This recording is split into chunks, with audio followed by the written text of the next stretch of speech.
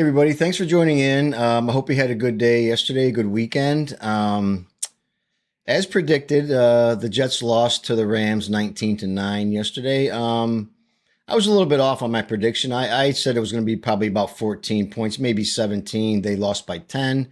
So apologies for that. I'm a little bit off, but a loss is a loss. So let's talk a little bit about the game. So as the game starts yesterday, the Jets offense looked pretty decent. You know what I mean? I mean, they were moving the ball. They had a 99-yard drive, got a touchdown, missed the extra point, of course, because that's what we do.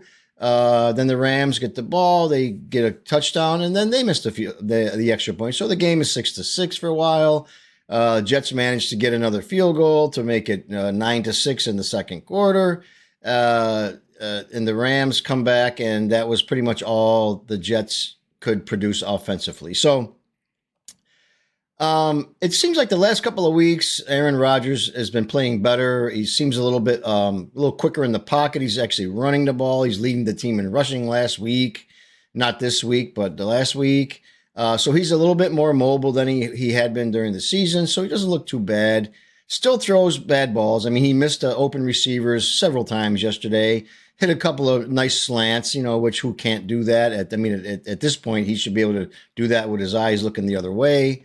But that wasn't enough, because at the end of the day, no matter what, I think he had 256 yards passing. The Jets had like 320 total yards, but they only had 75 yards rushing in the game. I think that hurt them. The Rams had 130 yards rushing or something like that. I mean, Matt Stafford only had 110 yards passing or something like that. But because the Jets really did hold on to the ball, they had a couple of long drives, but they kept missing on fourth downs. And watching the game, I was okay with that, because what do you got to lose now? You're 4-10. Just go for it on fourth down. What's the difference? Kicking a field goal is not going to really make much difference. But the problem with them is they can't do it. They missed it 3 times, I think, in a row on fourth downs, and gave the ball back to the Rams. At one point, Rodgers got a strip sack. Rams took the ball. That's how they marched down, got a touchdown, and there was no looking back after that. The Jets defense seemed okay, but at the end of the day, they can't stop teams when they need to. And I'm not really sure what was going on with the Rams. I know it was very cold at the stadium yesterday, so you could kind of tell guys were, having trouble. Alan Lazard had 2 drops. Of course he did, because that's what he does. I think the Jets lead the league in drop passes. Lazard has to be right up there with the top of them, dropping balls right to him, right in his hands. And so I made another catch later on, but it was really irrelevant at that time.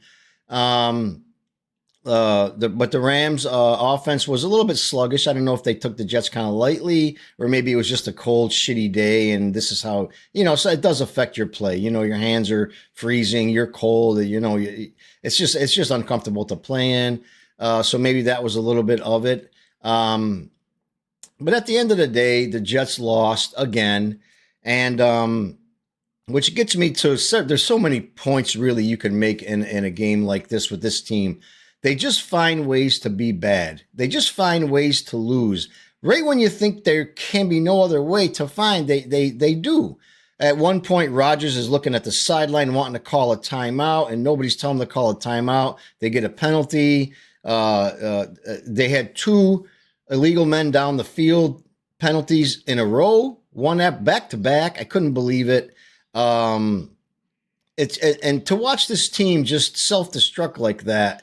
The Rams aren't a great team or anything like that. They're definitely a beatable team, but at least, but to watch the Jets in a game that really you want to say they could have won, should have won. I'm not going to say that, because they couldn't win that. They weren't going to win that game, but at least they did keep it close for a time period. And then you hate to see them kind of like self-destruct like they do. And I got to tell you something, this coaching staff on this football team, Jeff Ulbrich, in one hand, I feel sorry for the guy, because you can see that he's clearly in over his head, but he's not getting any better. He's not learning anything. The clock management, the game management, the plays at certain times, I just don't understand it. It's like so bad that you can't even imagine it. If you know football, and teams, and how coaching is, even a little bit, You got to watch this guy and go, he's so far over his head.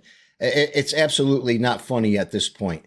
And this team they just don't know how to win. They just don't know how to win, and they can't win. Now, we have other big problems, I think, on the Jets that are really gonna come out in the offseason. First of all, Aaron Rodgers likes to get on and he was quoted yesterday as saying some goofy stuff about we got to be professionals and we got to accept the reality of blah blah blah. It's like I don't even understand sometimes what he's talking about.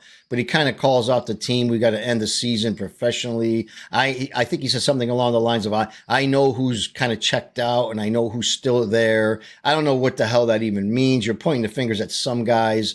You have Garrett Wilson, who is very, very frustrated right now. He's even going publicly saying, I want to be more part of the team, but I can't control that. You can see his frustration. I think Rich Cimini last week or a couple days ago or so said some people in Garrett Wilson's circle are saying that they think he's going to ask for a trade in the offseason. He just doesn't want to be there. I've heard the same thing about Sauce Gardner. Now, Sauce is not having a great season. I still think maybe it's just an off season. Every player has it, but Garrett Wilson, losing him would be catastrophic. And I think losing Sauce would be bad too. At this point, let's see what he does with some good coaching, good defensive coaching, a good team wrapped around him. I don't know if it's him or I don't know if it's just the team or he's just frustrated. Who knows at this point? Breece Hall, I haven't really heard anything coming from his mouth yet, but I'm sure it'll be coming pretty soon. Here's what has to happen. It absolutely has to happen with this football team. The Jets cannot. Well, first of all, I can see that Aaron Rodgers is totally forcing the ball to Davante Adams. He's forcing the ball to that guy every chance he gets.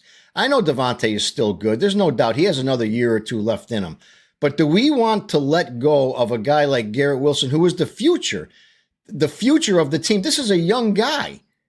Davante Adams maybe has a year or two tops left in him. Rodgers, I don't think has anything as far as taking a team anywhere. He's not the future. This team seems to be now. Allen Lazard, these guys got to go.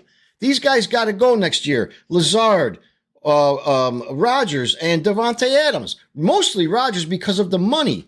It's gonna strap this team cap wise for 3 years or better if they keep this guy after June 1st. And it's not because I'm saying he's bad or he's not the future. You don't. Next year is not going to be any different. I don't care. And you're going to have a hard time bringing a head coach, a GM, and other coaching. It's not going to be just those two guys. You're going to have a different play caller. This Hackett guy should have been gone. He's only there because he's Rodgers' pal.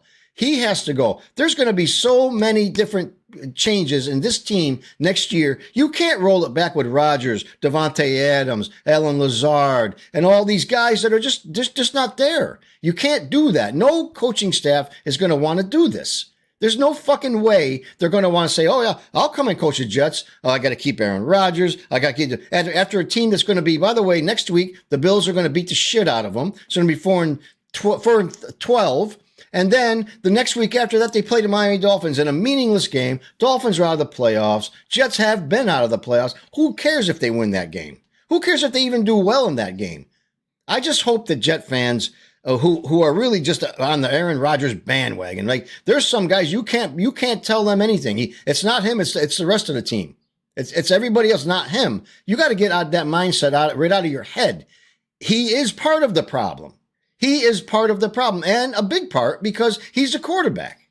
We're quick to blame Zach Wilson and anybody else, but when it comes to him, we want to blame everybody, the coach, the players, the weather, the this, the that, the other thing. That's what they seem to be doing. Get off this guy's bandwagon. He's not the answer to the team. He's not the future of this team. I don't give a damn what anybody says.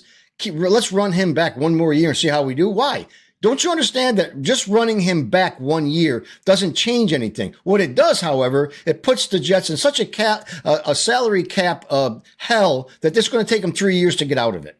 Next year, Garrett Wilson's going to want a contract. Sauce is going to want one. Breece Hall going to want one eventually. What are we going to do? We're going to lose all our young guys to pay this guy who's going to be 42 years old? Or Davante Adams, who has another year left in him, maybe?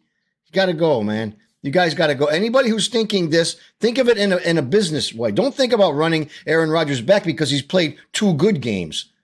One against a team that's worse than him, that they won by 1 touchdown, by the way. So don't be fooled by a couple of good games. The rest of the season is not something that didn't happen. It did happen. So you kind of focus on that and focus on the fact that you got to, organizational-wise, business-wise, you can't keep this guy. He's not showing us anything. The team isn't showing us anything. And now you've got disgruntled young guys who are, to me, the future of the team. You can't do that and to keep this guy, to keep Davante Adams, and stop forcing the ball to Davante Adams, please. Just stop doing it. Because now Garrett Wilson is feeling left out, and he can contribute to this team. And I'm sure there's other guys that are seeing it and noticing it too. And what happens with a team like this is in the offseason is when the rumors will start flying, things will start leaking. You're going to start to hear players. And now you've got a dysfunctional fucking team like you always do anyway. And now you have a head coach coming and going, What am I coming into here? Like, I don't know how they're going to get anybody here with any credibility to come to coach this team. General manager, a couple of guys they've interviewed. I don't know. They got better credentials than some of them do, but I don't know. These guys are all been fired by somebody, and that's what the thing is with the coaching in the NFL too that bugs me. It's like a fraternity. It's just a coaching carousel. So one guy gets canned, the other guy picks him up. One guy has a terrible fucking record. He goes coach. So don't feel too bad about Ulbrich or anybody else, Hackett or anybody of these guys. They already make more money than they deserve, and somebody's going to pick them up, make them a consultant or a something. So it's like a coaching carousel with the NFL. So, but yesterday is just another embarrassing loss, just another way for a bad team to find a way to lose and a good team to find a way to win. The Rams are a good team. They're in the playoff hunt. They're in first place. The Jets have been out of any contention for months now, let's say. So, anyway, I rambled on a little bit there at the end, but it's just frustrating to watch this team and to see what's really happening underneath the covers here, behind the scenes, with Garrett Wilson being frustrated, Sauce, and who knows, some guys probably don't even want to open their mouths and say anything. So it's just a shit show. It always has been, and it's just going to be for years. But anyway, if you enjoyed my video, hit that like button and let me know if you have any comments. I appreciate it. And as always, subscribe to my channel. It helps me out a lot. I appreciate everybody. And you guys all have a good day, and I'll be talking to you soon. Bye now.